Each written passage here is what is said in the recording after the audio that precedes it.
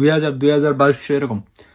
So আমি সবসময় target রাখি আমার স্যালারিটা 2000 উপরে থাকবে, যদিও সবসময় এটা পারা যায় না, বাট 1800 ওইরকমই থাকে। ইটালিতে বাংলাদেশিরা সবচেয়ে বেশি কোন কাজটা করে এবং বাংলাদেশিদের জন্য কোন কাজের সবচেয়ে বেশি চাহিদা এই 2025 সালে, তো আমি এ নিয়ে একটা ভিডিও বানাইছিলাম কিছু মাস আগে। সো ভিডিওটা যারা যারা দেখছেন তারা মোটামুটি একটা ধারণা পাইছেন, এবং যারা যারা আমার নতুন অডিয়েন্স আছেন তাদের জন্য নতুন ভাবে ভিডিওটা বানাচ্ছি।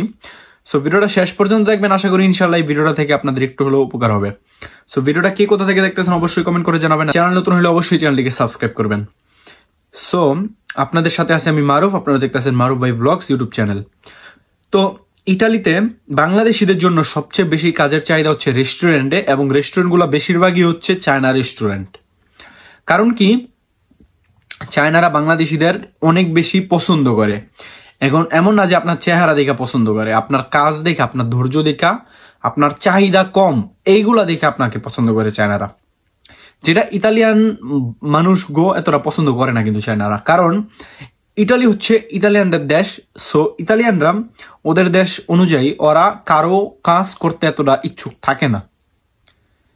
আশা করি বুঝতে পারছেন। মানে কি, ইতালিয়ানরা আপনার কাজ করব মানে এরকম চিন্তা করে না, ওরা তো ছোট থেকে ইউরো দেখতে দেখতে বড় হয়েছে।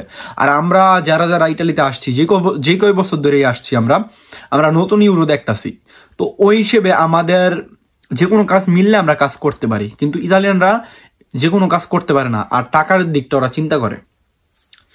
সো এই জন্য চায়নারা বাংলাদেশিদের অনেক বেশি পছন্দ করে। এই জন্য চায়না রেস্টুরেন্টের কাজগুলো বাংলাদেশিদের জন্য অনেক বেশি গুরুত্বপূর্ণ আর অনেক ইজিতে পাওয়া যায়।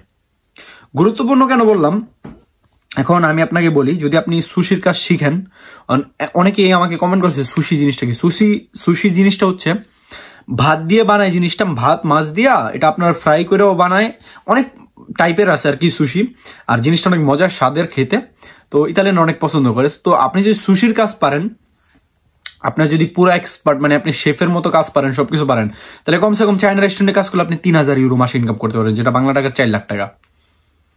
আর যদি আপনি ওয়েটারি কাজ করেন, যেমন আমার ওয়েটারির এক্সপিরিয়েন্স আছে, তারপরে কিচেনের এক্সপিরিয়েন্স আছে, মানে কিচেনে কিছুদিন কাজ করছি এবং সুশিতে আমি কাজ করছি।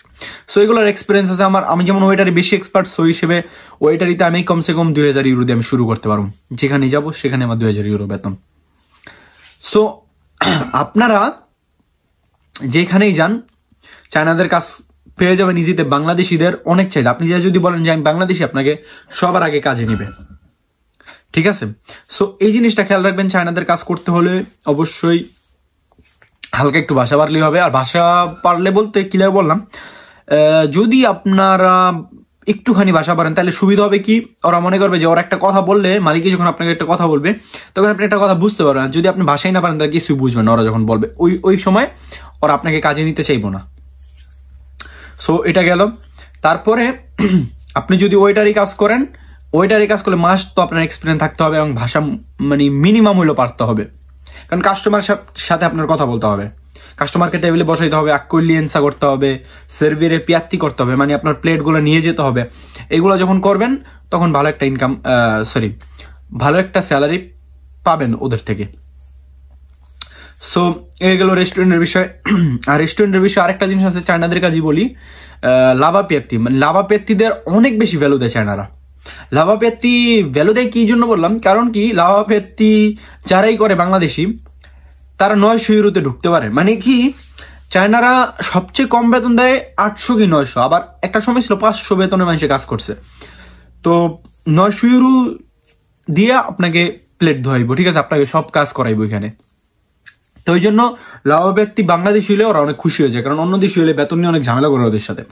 বাংলাদেশিরা কোনো কথা না বলে চুপচাপ কাজ করে, এই জিনিসটা চায়নারা পছন্দ করে।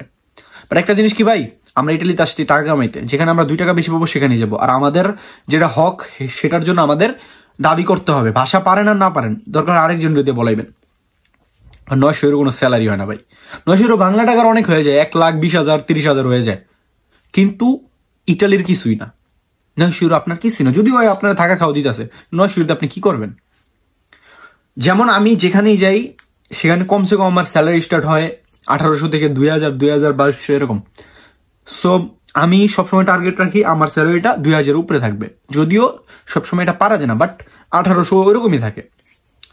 সো আপনারাও চেষ্টা করবেন সবসময় আপনার স্যালারিটা, ধরেন আপনি একটা চায়না রেস্টুরেন্ট কাজে ঢুকবেন, আপনাকে জিজ্ঞাইতেছে যে এর আগে কি কাজ করছোস, যদি বলেন যে আমি ক্যামেরে মানে ওইটারই কাজ করছি, যদি বলে এক্সপিরিয়েন্স আছে, যদি আপনি বলবেন হ্যাঁ আছে, এক্সপিরিয়েন্স থাকলে মানে অভিজ্ঞতা থাকলে আপনাকে বলবে প্রভা করবেন। যদি বলে যে আগে কত টাকা বেতন পাইতি, ওরা কিন্তু চায়নারা এই জিনিসটা চালাকি করে আপনাদের সাথে, সো আপনাদের আরো চালাক হতে হবে। যদি আপনারা বলে আগে কত টাকা বেতন পাইতি, যদি আপনি বলেন যে 1000 ইউরো পেতাম, তাহলে ওই বলবে তোর আমি 800 ইউরো দিব। আপনাকে ওই কোনোদিন বলবো না যে তোর আমি 1200 ইউরো দিব। ওই বলবো সি va bene dai 1200 এরকম বলবো আপনারে। সো আপনি অলওয়েজ বাড়ায় বলবেন। আপনি ধরেন এক জায়গায় 900 ইউরো বেতন পাইতেন, আপনি নতুন জায়গায় যে আপনি বলবেন আমি 2000 ইউরো বেতন পাইতাম। কেন বললাম 2000 ইউরো বললে হয় কমসে কম আপনার 1600 কি 1800 এরকম রাখবো, এর নিচে যাইবো না। সো আশা করি আপনার একটা ধারণা পাইছেন বাংলাদেশিরা সবচেয়ে বেশি কোন কাজ করে ইটালিতে আর কোন জায়গায় কাজ করে। সো চায়নাদের সাথে কাজ করে এটা আপনারা জানেন। সো যারা জানেন না তাদের জন্য ভিডিওটা বানাইলাম। ভিডিওটা কেমন হয়েছে অবশ্যই কমেন্ট করে জানাবেন, আর কে কোথা থেকে ভিডিওটা দেখলেন সেটাও কমেন্ট করবেন, আর কে কি নিয়ে ভিডিও চান জানাবেন। তো চ্যানেল নতুন হলে অবশ্যই চ্যানেলকে সাবস্ক্রাইব করবেন। সবাই ভালো থাকেন, সুস্থ থাকেন, অলওয়েজ মারুফ ভাই ব্লগস এর সাথে থাকেন। আসসালামু আলাইকুম গাইস, আল্লাহ হাফেজ, টেক কেয়ার।